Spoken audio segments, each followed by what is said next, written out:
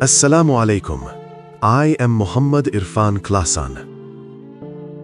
There was a time when large joint families lived together. In a single house, 20 to 30 people would stay together.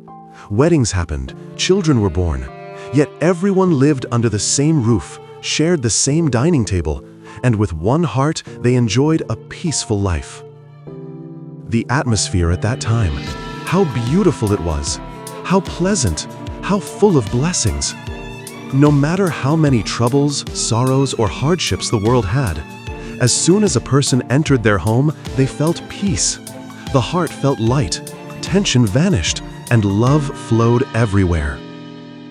Remember, when you were a child sitting with your parents and siblings at the table, every conversation was filled with love and laughter. Every little moment connected everyone's hearts. Those moments seemed small, but even today, recalling them brings peace to the heart. But time changed. Families became smaller, and eventually completely broke apart. Today, that peace and love in homes has diminished. Nowhere else in the world will you find as much rudeness, abuse, stress, and worries as a person experiences in their own home. Today, people don't go home for peace. They run outside, sit in a coffee shop, or go searching for solitude. This change forces us to reflect. Why have we lost that love, patience, respect, and peaceful environment in our homes? I wish we could create families again, where a home wasn't a prison, but a paradise of peace. No matter where a person works, in any field, the disrespect or hardship they might face from colleagues or their boss cannot compare to the pain and difficulties they face from a family member at home.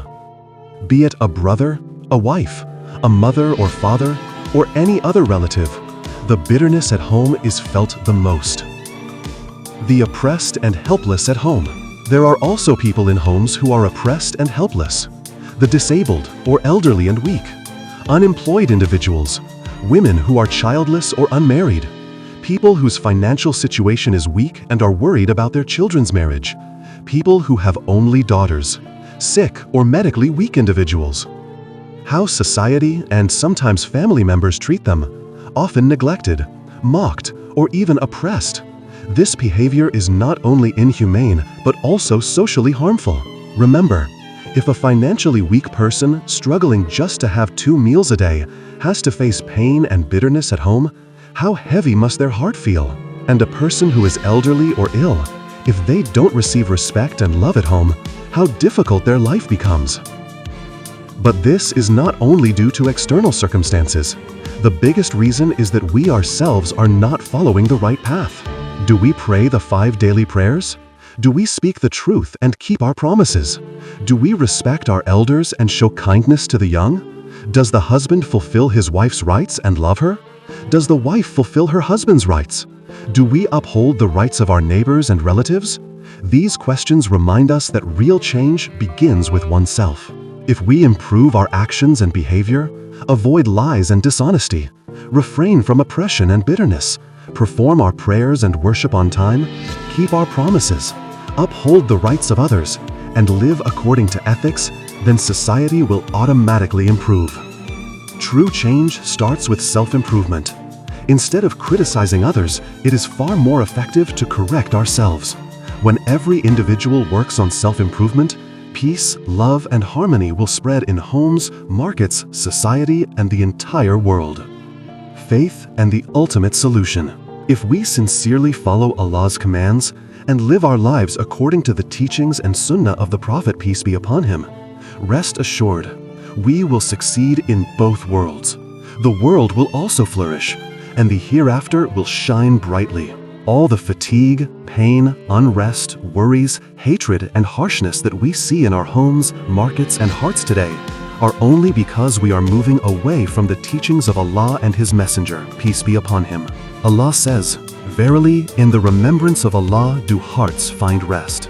The Prophet, peace be upon him, said, "I am leaving among you 2 things. As long as you hold on to them, you will never go astray. 1. Allah's book, Quran. 2. My Sunnah." The only solution is to shape our entire lives according to the Quran and Sunnah. Speak the truth, establish prayer, consume lawful food, earn lawfully, avoid oppression, uphold rights, treat parents and relatives with respect, and follow the Prophet, peace be upon him, to make our homes a paradise of peace. Then watch. Homes will become like heaven. Hearts will find peace. Society will become gentle. Love will spread, and success in both worlds will embrace us. This is true success. This is the real purpose of life. Wassalam.